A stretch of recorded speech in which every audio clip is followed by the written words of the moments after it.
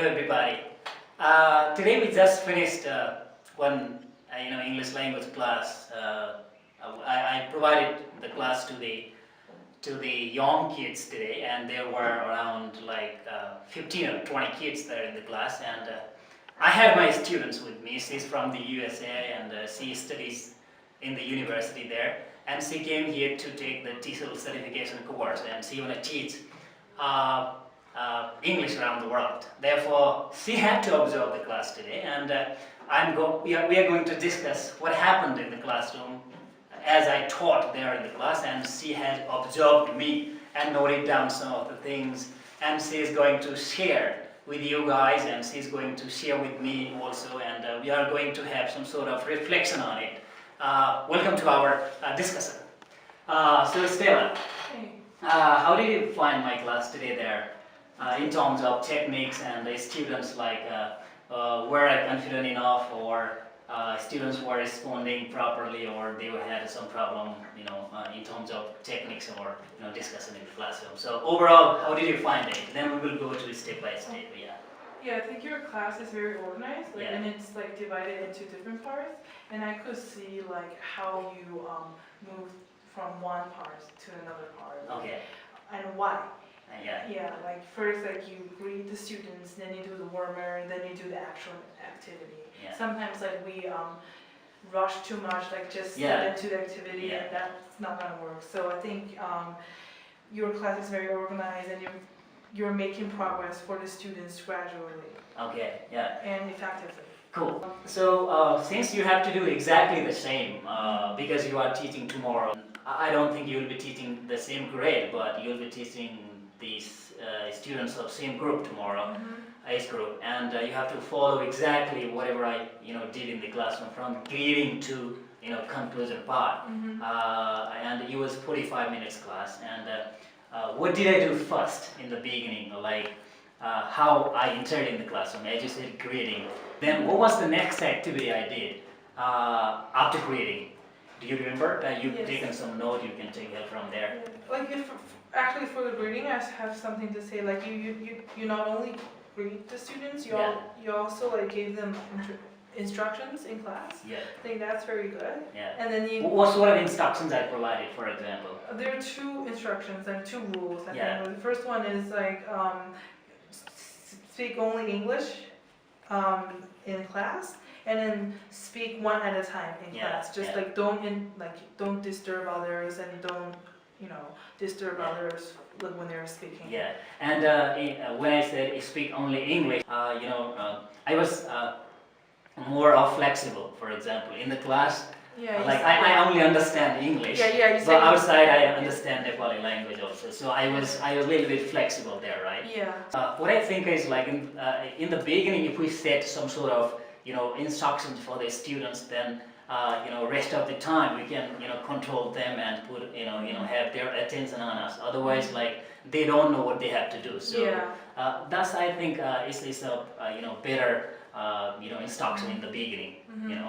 So that's what I did in the beginning. Then what did I do? What did you notice? Yeah, then you did the warmer part. Warmer part, yeah. At first, you did the conversation only by yourself. You act like person A, and then after you ask the question, then you act like person B to answer that question. Yeah. That's what you did at first. Then you move on to make a sort of interactive dialogue with the students. So first, you act like person A to ask question to students, and then student answer. Yeah. Then you ask them to ask question to you, the same question. Yeah. And then you answer. Yeah. So that was a student teacher, right? Yeah. Yeah. And then first teacher asks a question, student answer. Then student asks a question, teacher answer. And then you move on to a dialogue entirely run by students. Yeah.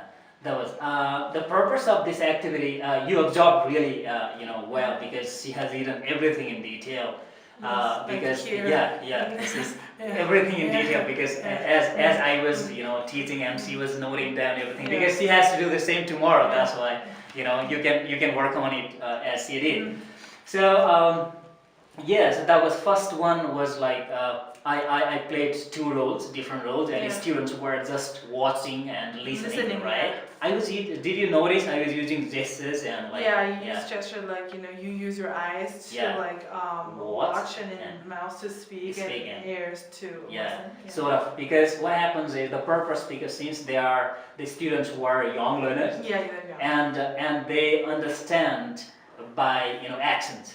So if you have some sort of gestures and like they understand instead of using concrete abstract vocabularies, if you use concrete vocabularies with your gestures, accents, they understand better. So teacher, I did teacher modeling. I modeled the activity. Then I went to the teacher student and the student teacher and the student. So this dialogue was practiced in a different the modalities, right? So yeah, that was the second one.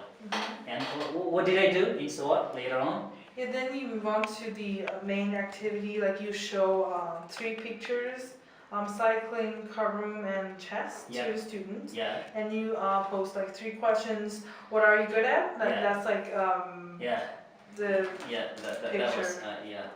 What are you good at? it's football, but it doesn't Yeah. matter. Like Yeah, you use like this picture and then ask like, what are you good at? And then the students.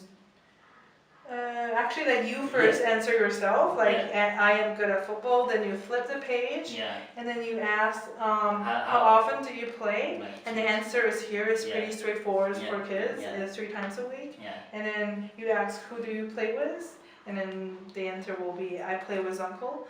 I play with my uncle. Good. So, I'm like, what did I do to, did I hold the pictures or I call the students? In yeah, front? you call the students. You call Good. 3 students each time Yeah. to like hold the picture. And And then they didn't say anything, but then they feel like they're participating. participate, yeah. And I elicited the dialogue from this picture, right? And moreover, I think they knew like when to flip page. That was also good because like the first question and the first answer was like about this.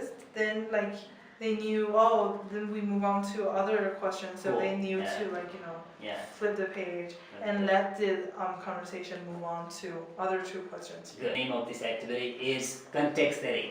So I was setting the context in the beginning, right? So students were not they were participating, but not actively. They were not like speaking anything else, but they were just listening to me. Yeah, they follow you to flip because they had to practice and participate in the same conversation later on. So in the beginning, the idea is the teacher has to give proper modeling first, and the students have to understand the instructions. Then only we can move on to the students whether they have to participate on the activity or not. So that's the purpose. So first teacher does instructs and gives the modeling, then only moves to the students. That's the purpose. And what was the next activity I did? Then you ask the class, like boys and girls, to write the whole dialogue on the board. On the board, yeah, exactly. So let me explain a little bit. So what did I do after I finished this activity? And I called some of the students to write the same dialogue on the board. As after I practiced. So I asked the students, like they had the first question, like what are you good at, for example. And they answered, I'm good at football. So I practiced this dialogue, first 2 lines of the dialogue in teacher-student form, right? Then I called 5 students,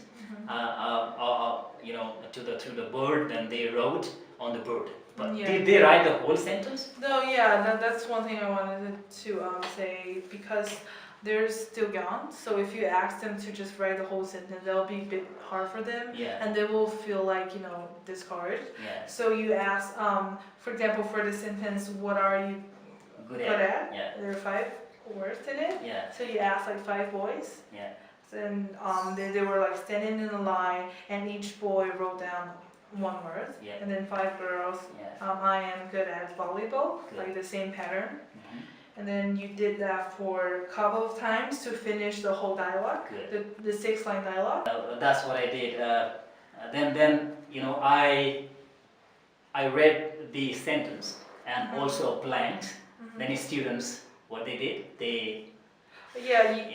I asked them to feel. You asked them to like feel there's a blank in it. You said like what you're good at. Yeah, So yeah. like to give them hints that like there is a word missing in that Yeah, sentence. yeah.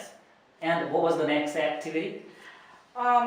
You put like students in 3 groups or. Yeah, I mean in the lines, 2 lines, and they were. I asked them to find their pair. Yeah, they're pairs. And what to, they were doing? to make the dialogues. Yeah. So that would be. They were practicing the same the thing. cards. Yeah. For example, I will show you. What are you good at? I am good at chess. Good. Okay. How often do you play? I play 2 times a week. 2 times a week. Who do you play with? I play with my sisters. So students now then they they were exchanging their cards again. So I asked you, you asked me, sort of thing. So that is called vocabulary expansion. So they were getting chance to speak whatever they practiced, on the board and in the beginning with their friends and with me. They were getting chance to practice. So this takes a little while. So it takes a little long time to practice. From the beginning From to the beginning. to the final step. Yes. Where like students actually are facilitating the whole thing. Yeah. Like one asking question and one answering. So what you can do here is like you can ask them to stay in different lines also, or if you have many students in a class, so there were like 16 or 20 kids, not more than that today. But if you have 30 students or 40 students, what do you do? What you do is like you can ask them to stay in their own respective seats. Yeah. Then just get a pair and practice there only. Yeah, that work. I think for like larger class, if you ask them to stand up and then move around, it takes a long time. Yeah. But then for today, we only have like 15 students, so it was pretty easy to like move around. Yes, move around. But the purpose of this like asking, we asked them to, stand up there from their seats and work with their peers by going different places in the classroom was. Because young kids they like to work with their hands. They want to use like their body parts and move here and Yeah. there, and they are bored with sitting in the same spot all the time. So that was the purpose of this activity. And what was the next one? I think that's like the final activity of tic-tac-toe. Then there was a community game, and the students worked with the games. So game was again focused on the same content that we did there. Okay. That was the activity that we did today, and she is Stella. I forgot her name to say in the beginning. Anyway. She is going to prepare everything today, and she will prepare lesson plan and all the cards and she has already selected the dialogue from the book, or she will make herself, and she will be preparing everything tomorrow. And I think she will go home and will work on it and will determine whether the materials are okay or lesson plans is okay, and also she has to consider students' number. Everything, what sort of vocabulary should be used in the classroom, how you have to speak. As you were saying, I was speaking a little slower as I spoke with you, or speak here in our class here. So I was speaking a little slower there, right? Yeah, that's what she's going to do. And how are you going to do? Like, do you think you will have proper ample practice to perform this lesson tomorrow? What do you think?